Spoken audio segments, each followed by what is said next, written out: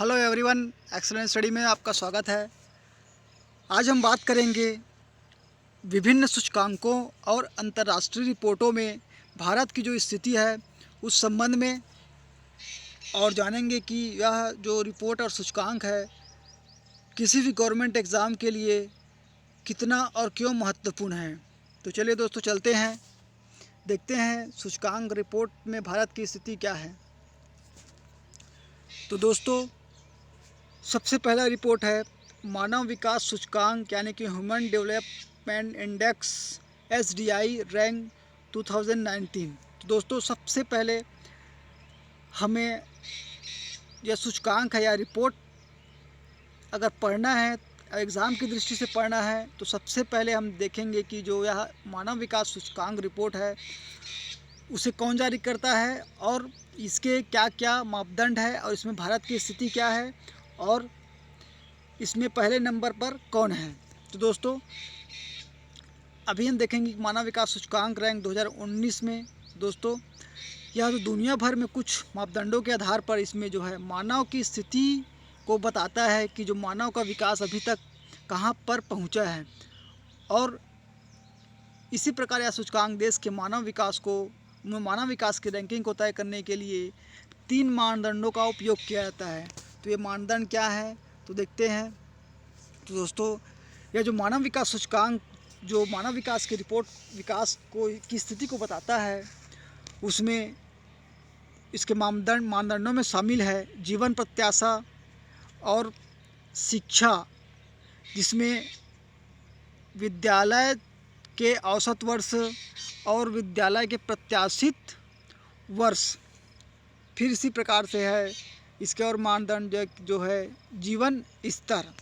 तो इस प्रकार से अगर देखा जाए तो फिर यह जो मानव विकास सूचकांक है इसके 3 सूचकांक है, जीवन प्रत्याशा और शिक्षा और जीवन स्तर। आगे बढ़ते हैं तो अब देखते हैं कि जो मानव विकास सूचकांक का इतिहास क्या है। तो दोस्तों, मानव विकास सूचकांक को 1990 में एक पाकिस्तानी अर्थशास्त्री महबूब उल हक द्वारा विकसित किया गया था, और इसमें बाद में हमारे भारतीय अर्थशास्त्री अमर्त्य सेन ने भी इसमें मदद किए। और दोस्तों, आपको याद होगा कि जो अमर्त्य सेन है उन्हें अर्थशास्त्र का नोबेल पुरस्कार भी मिला है, तो इसे भी याद रखें। आगे बढ़ते हैं तो दोस्तों, संयुक्त राष्ट्र विकास कार्यक्रम यानी कि UNDP द्वारा SDI हर साल जारी किया जाता है, और यह जो रिपोर्ट है इसका शीर्षक है beyond income beyond average beyond today inequality in human development in the first century. तो दोस्तों, ये तो ज़्यादा इम्पोर्टेंट नहीं है, लेकिन यहाँ पर जो SDI कौन जारी करता है, UNDP जारी करता है, ये बहुत इम्पोर्टेंट है कि इसे कौन जारी करता है, तो इसे याद रखें। आगे बढ़ते हैं, देखते हैं कि जो वर्ष 2019 में जो भारतीय SDI रैंकिंग जो कि 29 है, जो कि पिछले साल की तुलना में एक रैंक बेहतर है। यानी कि जो 2018 की जो रैंकिंग है जिसे 2019 में जारी किया गया था, और जो है 2019 की रैंकिंग है उसे 2020 में जारी किया गया था।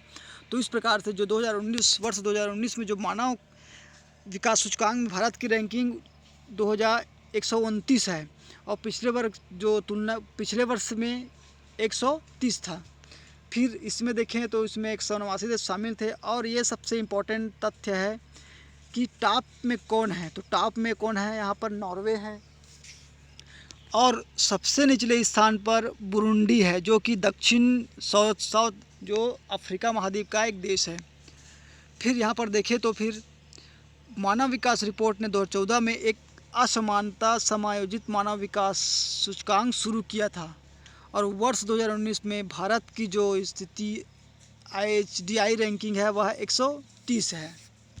यानी कि ये जो है ये 2018 जो है 2019 में जारी किया जाता है, इसलिए है।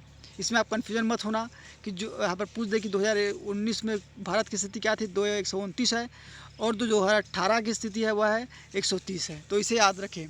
तो दोस्तों, इस प्रकार से यहाँ मैंने बताया कि जो मानव विकास सूचकांक है इसे कौन जारी करता है? तो फिर इसे जारी करता है संयुक्त राष्ट्र विकास कार्यक्रम यानी कि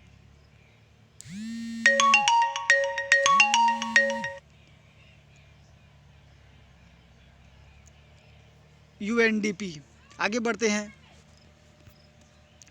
फिर दूसरा ग्लोबल टैलेंट कम्पिटिटिव इंडेक्स 2020।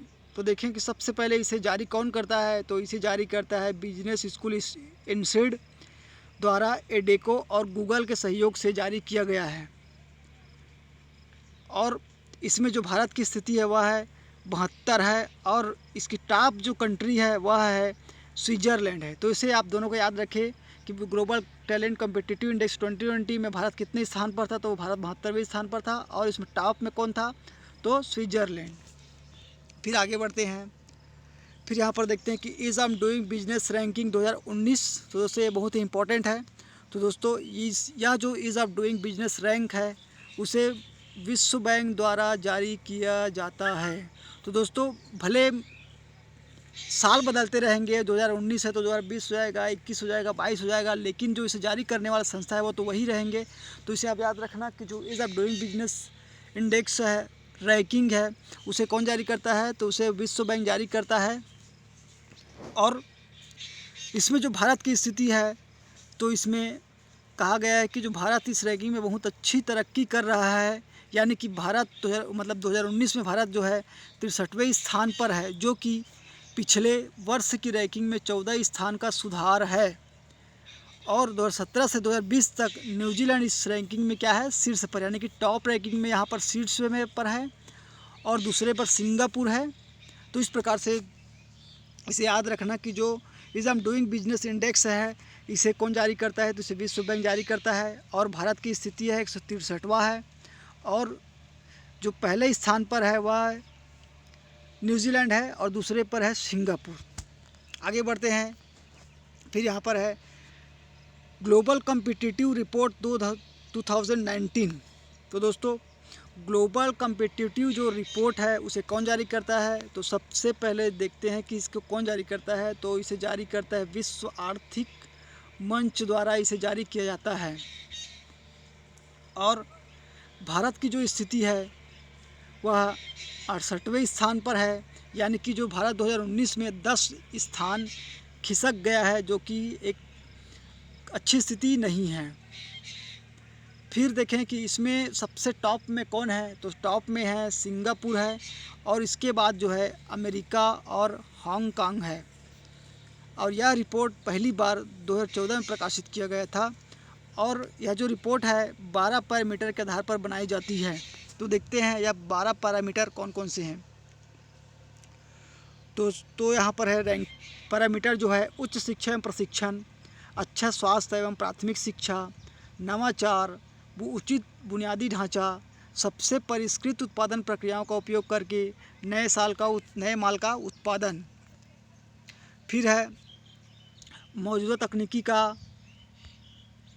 दोहन, संस्थागत सपोर्ट, स्थिर बृहद आर्थिक ढांचा, कुशल वस्तु बाजार, कुशल श्रम बाजार और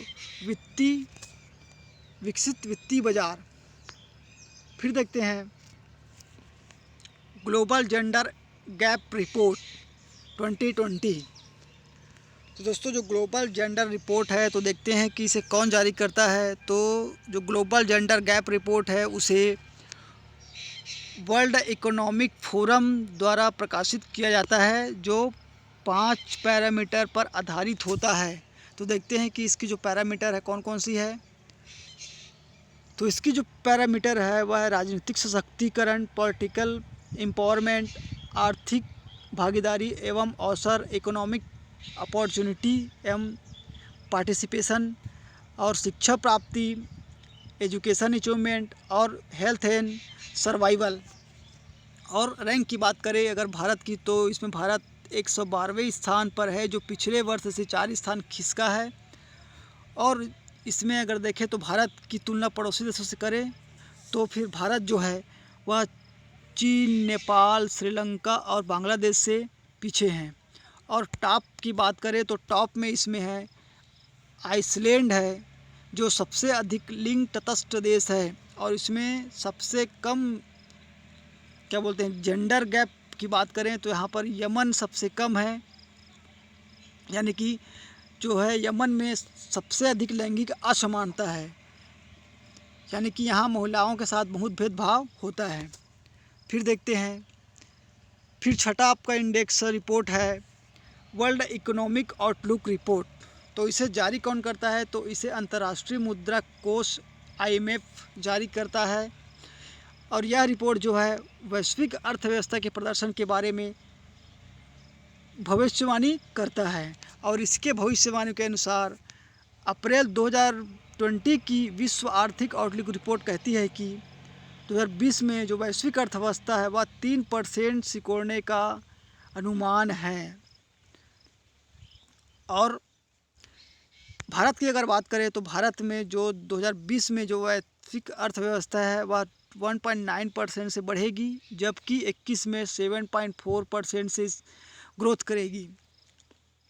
और यहाँ पर और जानकारी है तो भारतीय मूल की जो गीता गोपीनाथ वह IMF में मुख्य अर्थशास्त्री है, जो एग्ज़ाम के लिए बहुत ही इंपॉर्टेंट है, क्योंकि अगर ये वर्ल्ड इकोनॉमिक आउटलुक रिपोर्ट के बारे में नहीं पूछे तो फिर यह पूछ सकते हैं कि IMF में भारत से मुख्य अर्थशास्त्री है गोपीनाथ है, और कोई ऑप्शन दे देगा रघुराजन दे देगा, और कोई जो अर्थशास्त्री है उनका नाम दे देगा।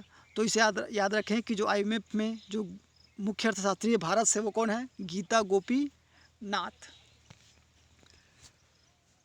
फिर आगे देखते हैं। तो दोस्तों इस प्रकार से हमने देखा कि वर्ल्ड इकोनॉमिक आउटलुक रिपोर्ट कौन जारी करता है, तो इसे IMF जारी करता है। फिर इसी प्रकार से ग्लोबल जेंडर गैप रिपोर्ट कौन जारी करता है, तो फिर इसे वर्ल्ड इकोनॉमिक फोरम जारी करता है। फिर इसी प्रकार से जो है ग्लोबल कम्पिटिटिव रिपोर्ट कौन जारी करता है, तो फिर इसे विश्व आर्थिक मंच द्वारा जारी किया जाता है, तो इसे भी देख लिए। ईज़ ऑफ डूइंग बिजनेस कौन जारी करता है, तो फिर इसे विश्व बैंक द्वारा जारी किया जाता है।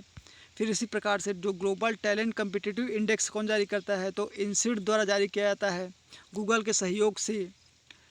फिर यहाँ पर SDI की बात करें तो SDI कौन जारी करता है, तो SDI मानव विकास सूचकांक जारी कौन करता है, तो इसको जारी करता है संयुक्त राष्ट्र विकास कार्यक्रम। तो इस प्रकार से दोस्तों याद रखना कि मैंने यह जो सूचकांक बताया है इसमें कौन सा सूचकांक कौन जारी करता है, और उसमें भारत की क्या स्थिति है, और टॉप देश इसमें कौन सा है, ये तीनों पॉइंट सबसे ज़्यादा महत्वपूर्ण हैं। अगर आवश्यकता हो तो आप इसमें जो मापदंड जो डाले जाते हैं, जिनके आधार पर रैंकिंग या रिपोर्ट जारी किए जाते हैं, उसे याद रख लें। लेकिन सबसे ज़्यादा इम्पोर्टेंट है कि जो रिपोर्ट है कौन जारी करता है, जारी करने वाला संस्था या ऑर्गेनाइजेशन, या सब भारत की स्थिति इसमें क्या है, और विश्व की जो टॉप कंट्री कौन से हैं, तो इसे आप याद रखें। Thank you.